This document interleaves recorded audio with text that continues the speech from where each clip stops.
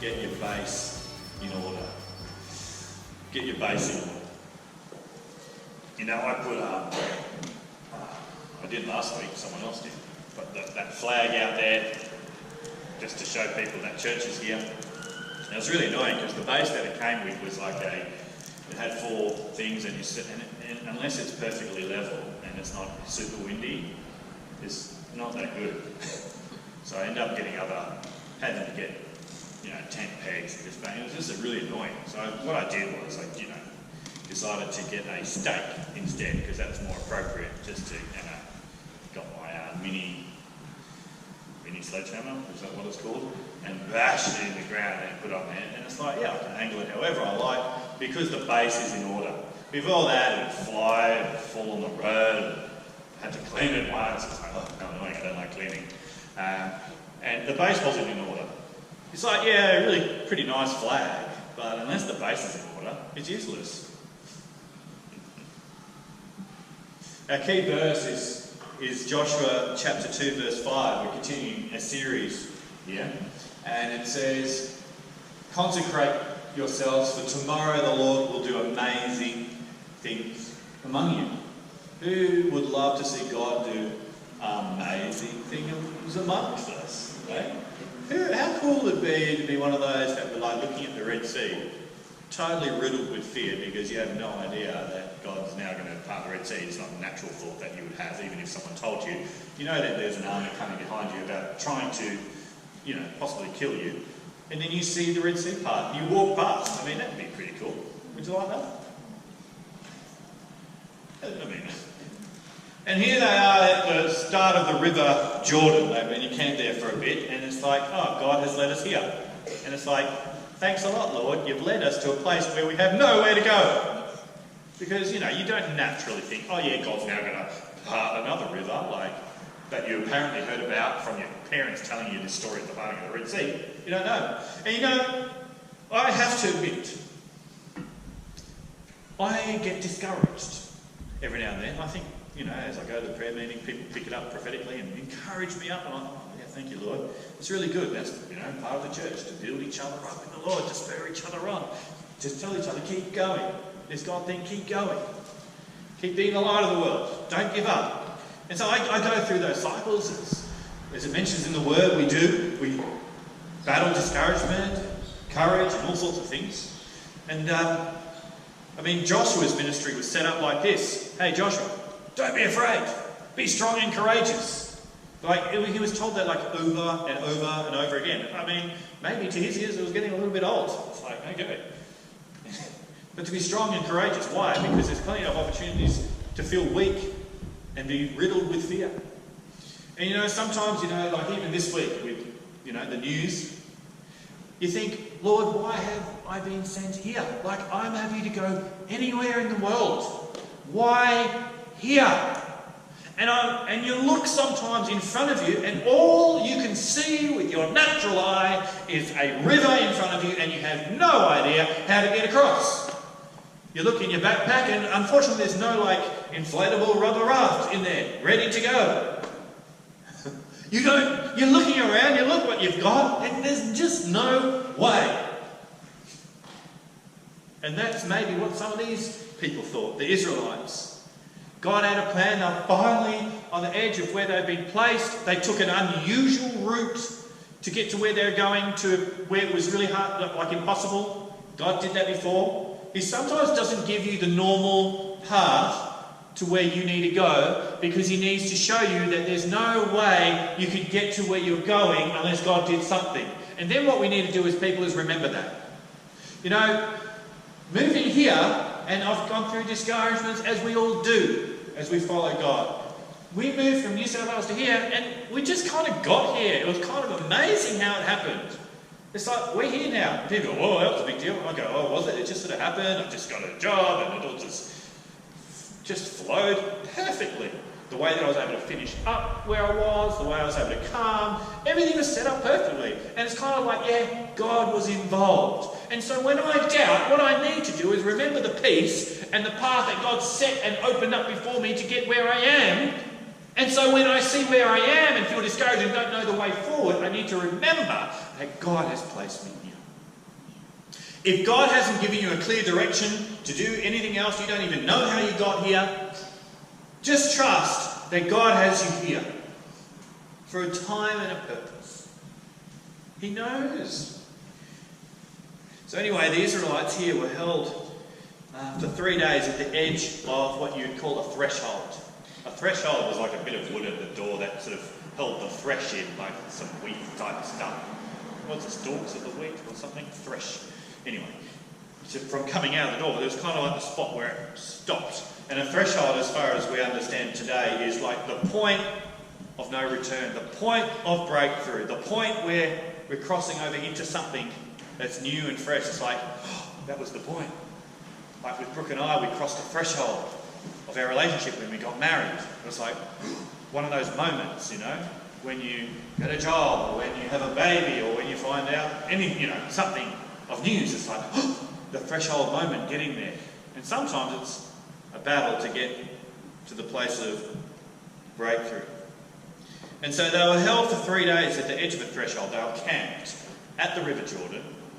And all the adults that had left Egypt had died. That had left Egypt, right? Apart from Joshua and Caleb. The Israelites, the generation before, had become so accustomed to Egyptian lifestyles that one of their major issues was a strong desire to leave the discomfort of the desert journey and take the seemingly easier Plan B option. How much easier is it for us today who have lifestyles so deeply integrated and surrounded by an Egypt lifestyle, or just the world system that we live in, that does not require faith or risk, to just slip into that line of thinking, to slip into that pattern. He says in Romans, don't conform any longer to the pattern of this world, but be transformed by the renewing of your mind.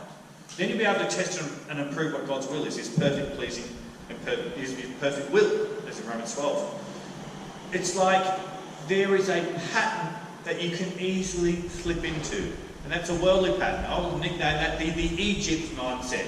The Israelites, they had been enslaved in Egypt for hundreds of years.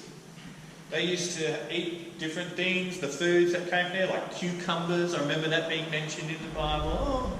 And so anyway, they were on a journey, but the journey was tough. They left Egypt, they'd known that all their lives, and then all of a sudden they were in the desert for a bit, and it was uncomfortable. And it's like, I know that we're supposed to get to the promised land, but this is really uncomfortable. Can't we just go back to Egypt? It's actually better than what we're experiencing right now. And maybe the times that you've had in the past, your memory tells you the good old days. Do you know what? You are living in the good old days now for the future. And there's going to be a point in your life you go, oh, I wish I was living like then, the good old days. But your memory won't allow you to remember the bad things that you're going through right now. It'll only remember and compare the good things that's going on in your life now. And isn't it sad that we always are grateful for the good things when we don't have them anymore? A powerful thing is to want the things you already have. Oh, I would really want a gorgeous wife. Oh, I already have one. Don't wait till she's too old and reflect. No, just kidding.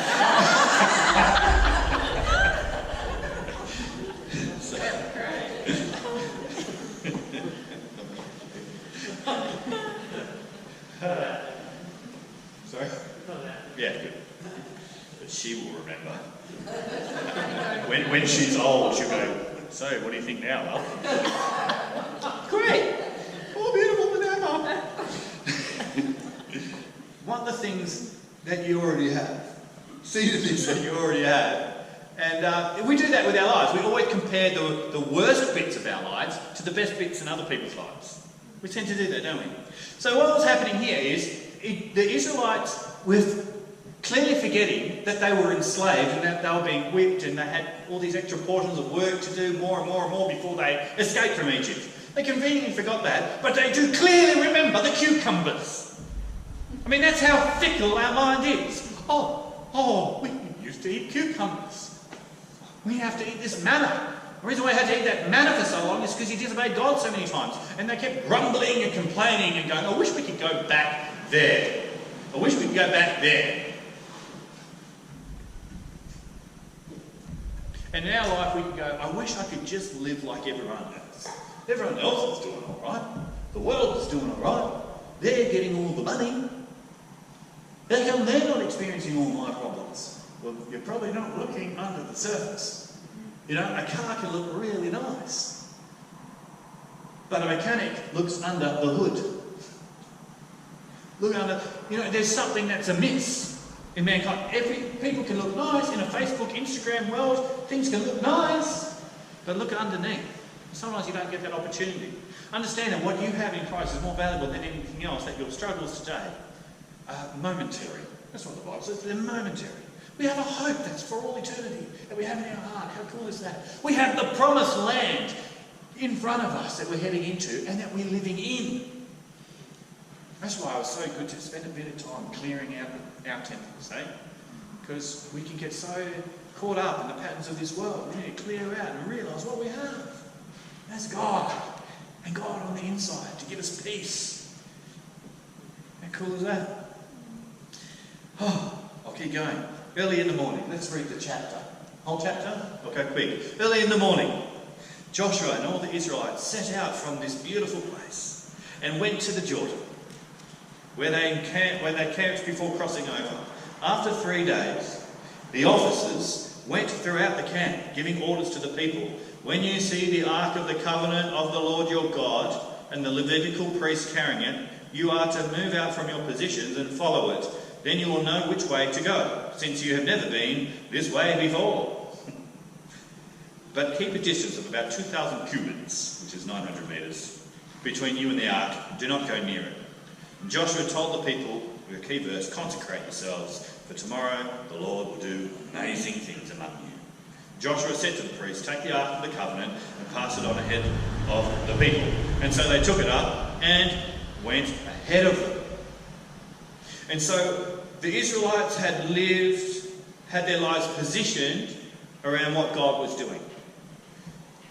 They were camped according to families. They had their immediate families, and then their families were organised into clans, and then the clans were organised into tribes. They were all connected, and they were all positioned around the Ark of the Covenant, God's presence. And that goes, okay, you've got your it's all organised well. All the lives are organised around the Ark. Very, very organised. And so when the Ark goes and moves ahead, what you're to do is sort out your stuff, get your family together, get your clans together, get your tribes together, and everyone as one people move forward and follow what God is doing. And you know what happened? When God moved, they didn't need weeks and weeks of organisations. They were so well organised, and they were already positioned to move very quickly and efficiently.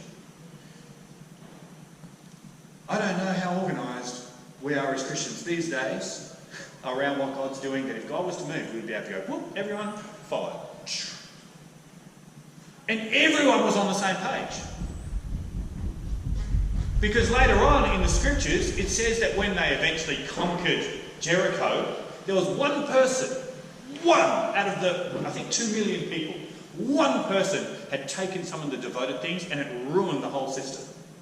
The reason why they were able to move so powerfully and effectively is that they were all in unity. 2 million people were following direction, having their lives in order, and camped around what God was doing. They went ahead, I'm going ahead of the sermon because it's coming up. They conquered Jericho, and then they left Jericho to do an easy thing that they could have easily done. But one person had taken something. One person was out of order. Now, where there's unity, God commands a blessing. So I wonder, for our own lives, are we positioning our lives well? So, it starts with our family, the people in our immediate world. Are we positioning ourselves well? What does that mean? So, for me personally, I am a husband. So my first role in my life is to get my marriage right, as best I can. Right? I slip up a few times. I blame preaching regularly and having a quick tongue before thinking too much, like what I said before. But that is my first responsibility. And I need loads and loads of grace, right? Because I get tired and I'm easily prone to sinning. And so I need lots of grace. But I'm getting it in order. So I'm now in this world. I've made a covenant relationship with Brooke. It's the only relationship that is the deepest relationship that you make a covenant before the Lord with. So that is my first responsibility. I am now in this world not as one person by myself. I'm now two in one person. Let two become one. So now we are one. We're on this world together. We're in ministry together. We're entwined with each other. And we made a commitment, God and us. And so what we need to do is keep a God connection between us. That's my first responsibility. I've got kids too, but that's another thing. That's important. That's the most powerful relationship on planet Earth. Me and Brooke, to me. It doesn't matter what the church does. It doesn't matter what society does. It doesn't matter if my kids are off the rail. That's number one before God together. And that's why it's so hard when you marry someone that's not a Christian. It's really hard. And that's why we have so much grace from God. Because if you've made a covenant before God and someone's not coming to the party, all you can do is what you've done before God. And be faithful. And keep praying for your spouse. Keep praying and keep getting on with life, just with that front and centre. So what do? If I'm in ministry with Brooke and we're one, we pray together every day. Now, these are very long, extravagant prayers. Sometimes they go like this. Oh, dear Lord, pray you help us. We love you. Amen. Very deep spiritual prayers. But what's happened is, I've made a connection with God in front of my wife, which is a vulnerable thing. I'm opening my heart to God. It's funny when you pray with someone, because you open up your heart. It's the most vulnerable thing you can do with someone, to open up your heart before them. And so she's my wife. And it's interesting when you look throughout the scriptures in marriage, there was someone, the last wedding I did, they asked me to do this scripture, which really was do not awaken love until the soul desires, and all this other thing that's connected with it. If I was to preach all in context, I would have said, this is about not having sex before you're married. But I don't think they were wanting to hear that. But I did tell them not to have relations until they were married, if that hadn't happened. And I think she got pregnant on the honeymoon, so I was like, well, maybe they actually did it, that's amazing. But probably, God's grace and all that type of cool thing. But I can't even remember what I'm saying. That the scriptures there was, taking, I'm going to take him to my mother's house, to the room that my mother birthed me in. It's like when I looked into it, it was like there's this deep sensitivity, openness, vulnerability to go to the most vulnerable place you ever were before.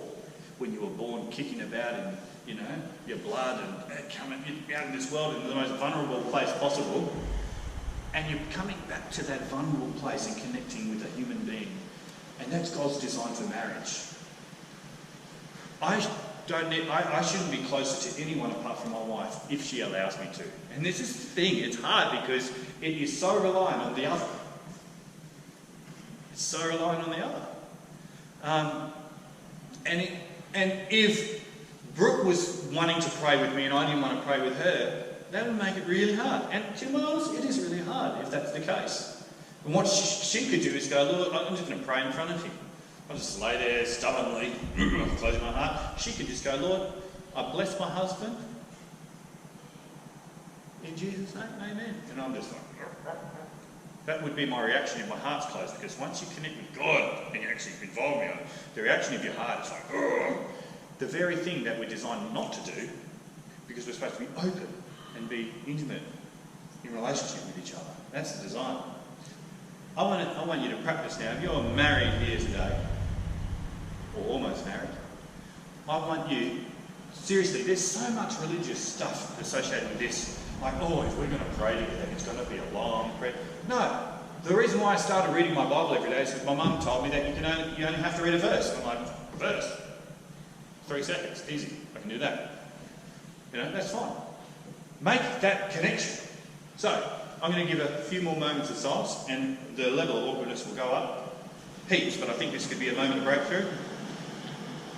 I want you all, if you're married, to go, Lord, I bless blah, blah, blah, whoever their name is. Unless their name is blah, blah, blah, then you could literally say that. Unusual nickname. Bless them. Okay, you ready?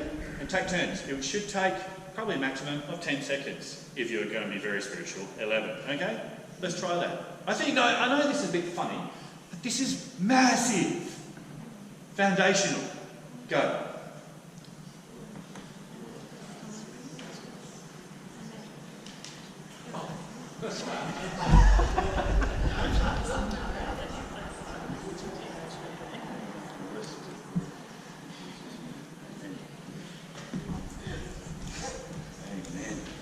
That's right, I forgot I was married for a moment there after all that.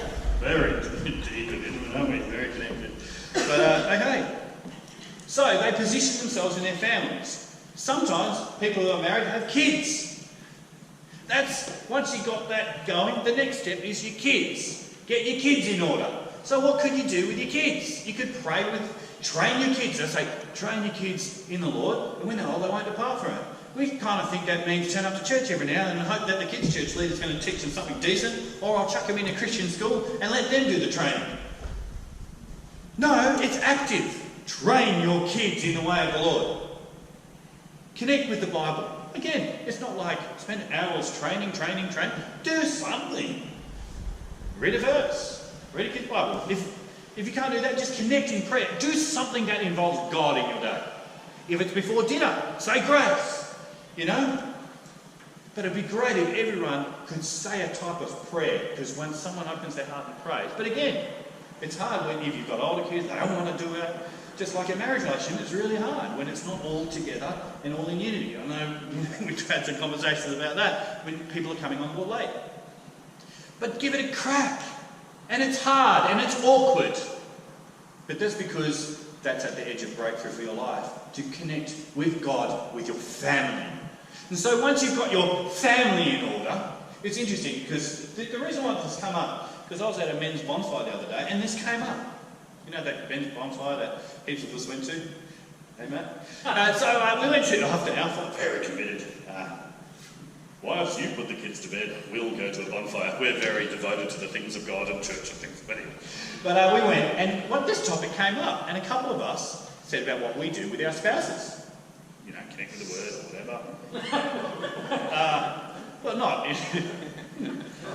Actually, someone did say, look, we started to do this, and intimacy went up big time. So, anyway. But it was interesting. Matt was very quiet all night, 40, 50 guys, and he just shared what he did. Oh yeah, we prayed, we did this Bible reading, blah, blah, blah. At the time that he said he did. And people started to talk to him thinking that he's been a Christian for 20 years or something. He goes, oh no, just this year. They're like, oh. No, it's not something. It was cool because I was able to get into his ear early to make it normal that you pray with your wife. And so that was normal, so he did it. And so for other people, they're like, wow, wake up moment. Like, I'd never thought about praying with my wife before. I know Jared and Alana. Jared used to go away heaps for work. And I know that Alana would regularly, pretty much every day, have a phone call and you'd pray. Awkward if you're going to say no now, just say yes, God will forgive you. No, but no, I remember she would go, oh look, I've just got to make a phone call. Because, Jared works early in the morning. And she would pray with Jared. Sometimes they would say something in the scriptures or something like that. But they would maintain, even when Jared was a long way away, a connection that our marriage is based in God. We have to have our regular connection. Because once you make the habit, it's hard not to do it. I've been away and I've had phone calls with Brooke and we just have to do something, even if it lasts 10 seconds or less. Don't put the heavy on, just make it regular and a habit. And do that something with your kids as well. They want to see it. And I have to admit, it is so easy for me to do it because my parents had it on display all the time. Except they did it in the morning. I tried to do it in the morning. It didn't work for us. So I was doing it with Brooke at night. So whatever works for you, in whatever time, Do something and do it regularly and make it a habit. Do something, do it regularly and make it a habit with your kids. So you get your families in order and then you find your clan. It's interesting, I kind of see like church as like a clan. It's a bunch of families coming together. And when I talk about families, I'm talking about households. single people, whatever situation you're in, we're coming together. We perform a clan. You know, and I can't think of many more analogies of tribes and things like that. Maybe Cornerstone is now our tribe. I don't know. Church of Christ. Whatever, I don't know what it is. But this is our clan, and God is moving and directing us. But how much harder is it if God moved here and our homes are not in order? It's like, oh, well, I want to do this. What? Who? God? Oh, you're going to bring him up now? Yeah, remember we prayed when we had an emergency that one time. Remember him? Oh yeah, that's right. I remember the God that we have in our relationship from then. Make it regular. So if God moves, I don't mean to put the heavy on anyone, by the way, if you're not doing any of these things, but it's just so important. This is Christianity 101. And sometimes we want Christianity like advanced doctorate level, and we don't want Christianity 101. So I'm going to make sure you hear regularly 101. Simples. Okay. How you going today? So, what about like single people? You're off scot-free. That's why Paul said. He said, oh, how much easier it is to be single. Actually, I advise, don't get married. Don't do it. Then you got to van, and then you're responsible for that. He doesn't say, oh, you know, don't do this. Like, be single, it's awesome, right? You can really serve God like that. But single people, be devotional. With your life with God, make it regular, make it a habit. Honour other people. Honour people around you. And invest in the family of believers. Right? Invest in them. This is your clan. This is your place. This is your family. You know? Invest.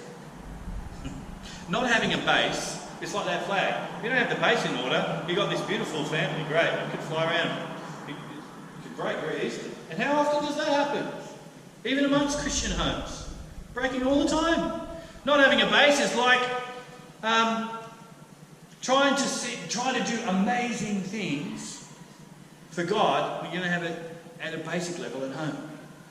It's like building a house without fixing anything to the foundation. Because it's at the base level. The house might be alright for a while, but as soon as, you know, the weather changes, I sometimes only realise why we need engineers until we have like strong storms. That's why. The 1 in 50-year storm, your house is boom, gone. And if you don't have a decent engineer, I mean, even sooner than that sometimes. That's why you've got these things. You could get your life looking right, looking good. Nobody knows it's not fixed to the foundation. And we're all connected in together. The foundation is Jesus, by the way. Foundation of Jesus. When we connect with God, we strap ourselves to Jesus. When we get the roof on of our life, whatever the roof is, your kids or whatever, they strap it to the foundations. It's all connected in to Jesus. That's a strong house. Because when trouble comes, the house will get smashed. And I really get grieved when I hear of another family I've come across that's broken up. I really get grieved when I look at the kids. And everyone's saying, oh, we're just focusing on the kids. You know, it's like, yeah, that's great, because you can tell these parents really love their kids. But the best thing you can do for your kids is have a strong marriage. That's their foundational, that's their strength, right? Have a stable home. That's why I'm so grieved when I couldn't do the lifestyle program. I'm like, that could bring some stability into some kids' hearts. You know, it's like, oh. I think about the processes, but I think about the kids at the end of the road. It's like, oh Lord, they need you as their father. Connect in. Anyway, verse 7 it says, I'll keep going. That was the main point of the sermon. I'm doing this. And the Lord said to Joshua, today I'll begin to exalt you in the eyes of all Israel, so that they may know that I am with you, as I was with Moses. Tell the priests who carry the Ark of the Covenant, when you reach the edge of the Jordan's waters, go and stand in the river. Joshua said to the Israelites, come here and listen to the words of the Lord your God. This is how you will know that the living God is among you, and that he will certainly drive out before you the Canaanites, Hittites, Perizzites, Girgashites, Amorites, and the Jebusites. See, the Ark of the Covenant of the Lord of all the earth will go into the Jordan ahead of you. Now then, choose 12 men from the tribes of Israel, one from each tribe. And as soon as the priests who carry the ark of the Lord of all the earth, set foot on the Jordan, its waters flowing downstream will be cut off and stand in a heap. Did you hear that? This is how you'll know you're going to drive out the Canaanites, Hittites, Hivites, Perizzites, Girgashites, Amorites and Jebusites. They were not in Jericho. He was saying, I'm going to do this crazy awesome thing so you know I'm starting this journey. Remember, when you are taking on the Hittites, and it's been a while since you remember what I'm doing in your life, that I'm here. So then the people broke camp to cross the Jordan and actually did what they were told. It's like, okay, God's moving. Okay, time, let's do it. Boom. The priests carrying the Ark of the Covenant went ahead of them. Now the Jordan is at flood stage during all the harvest, yet as soon as the priests who carry the Ark reached the Jordan and their feet touched the water's edge, the water from upstream stopped flowing. It piled up in a heap a great distance away at a town called Adam in the vicinity of Zarephath, while the water was flowing down to the Sea of Arabah, that is the Dead Sea, was completely cut off. So the people crossed over opposite Jericho. The priests who carried the Ark of the Covenant of the Lord stopped in the middle of the Jordan, stood on dry ground, while all Israel passed by until the whole nation had completed the crossing on dry ground. And that was the miracle. Boom, dry ground. I mean, that was a miracle in itself. I mean, it would take a while. This was an extremely hot day. But regardless, it's a miracle that God did to show them that he was with them. What are the things that God has done in your life? And how long would it take before you kind of sort of forget about it, get discouraged? For me, not very long, unfortunately. I have to remember, if God has done anything in your life, remember. And this is the exciting stage. How exciting. And enjoy the seasons when God is working so obviously in your life. They needed this season for the years that were to come, to go back to remember. But before they were even allowed to leave camp, they were told to consecrate themselves. Do you know what consecrate means? You probably know. It's a Hebrew word, kadash. To consecrate, sanctify, prepare, dedicate, be hallowed, be holy, be sanctified, be separate. It's okay. I'm devoting myself to do this. And you know what happened with the Israelites before God did an amazing thing part of the Red Sea? The lamb's blood, representing Christ, over the doorposts, sanctified them, the households. They got their households in order. And before they left and they went out and then they crossed the Red Sea. Here, it's like sanctify yourself. Get your households in order. Get your lives in order. They're all camped and they're ready to see amazing things happen. I want to see amazing things happen among us. And I'm staring at the river. And I know that I need to sanctify myself. It's so easy. I don't want to be like the first round of Egyptians that go, oh, remember the cucumbers in Egypt? I think that will be easier. You know, and I could easily do that. I go, oh God, why am I here? I'm just so hungry for you to move. So how about I just do something else? Or maybe I should refocus my life and put it in a different direction and just follow the patterns of this world like everyone else is, seemingly in my own mind. No, when you're facing the River Jordan, God is calling us to sanctify ourselves, to consecrate ourselves for his purposes, especially in the face where you don't know where the path forward is. I mean, at the end of the day, we're not serving a God that is limited. He's God. You know, it's hard having a conversation with him, sometimes with an atheist who has all these reasonings behind how God could or couldn't. It's like the whole thing behind God is that he is God. We don't understand him comprehensively because we're not God. It's a hard pill to swallow to realise that you're never going to be God. You're never going to get there. Adam and Eve were tempted by it. You'll be like God. You're never going to make it. Just let him be God and be safe under his care. The prodigal son was like, oh, I'm ready to rustle my feet. I don't want to be under my father. I'm done. He came back. He was humbled. You know, God is God. And God is not limited to time, space, or matter. How did the world begin? I don't know, I'm not God. But he did it. He spoke. How did he speak? What was the energy that came from his mouth that was able to do it? I don't know, he's God. Who invented God? Well, no one invented God because he's God. If he was a created being, he wouldn't be God. He's not like this piece of wood that we make and go, oh, I make this wood. Oh, God, now I'm going to worship the thing that I made. The stupid thing should be worshipping me. I'm the one that created it. Not that I'm desiring wood to worship me, that's just weird. But some people do it. Not in this culture so much. God can't be created. How did we get to this point of time? Who knows? It's impossible. God must live outside of this concept we understand in our human brains as time. How did any matter come to being? I don't know. I'm not God. It must have been a tiny little speck. And out of that tiny little speck, it exploded into all that we see here. And it's like, wow, but where did the speck come from? But it was really, really small. So it's not as hard to believe that there was at least a speck out of nothing. What are you thinking? The thing is, God is outside of all that. And God, in your situation, in our lives, is still the same. I don't understand, God. You need to tell me exactly what you're doing and how you're going to do it for me to settle down. No, just have peace. I'm your dad. Just chill out. Oh, that's right.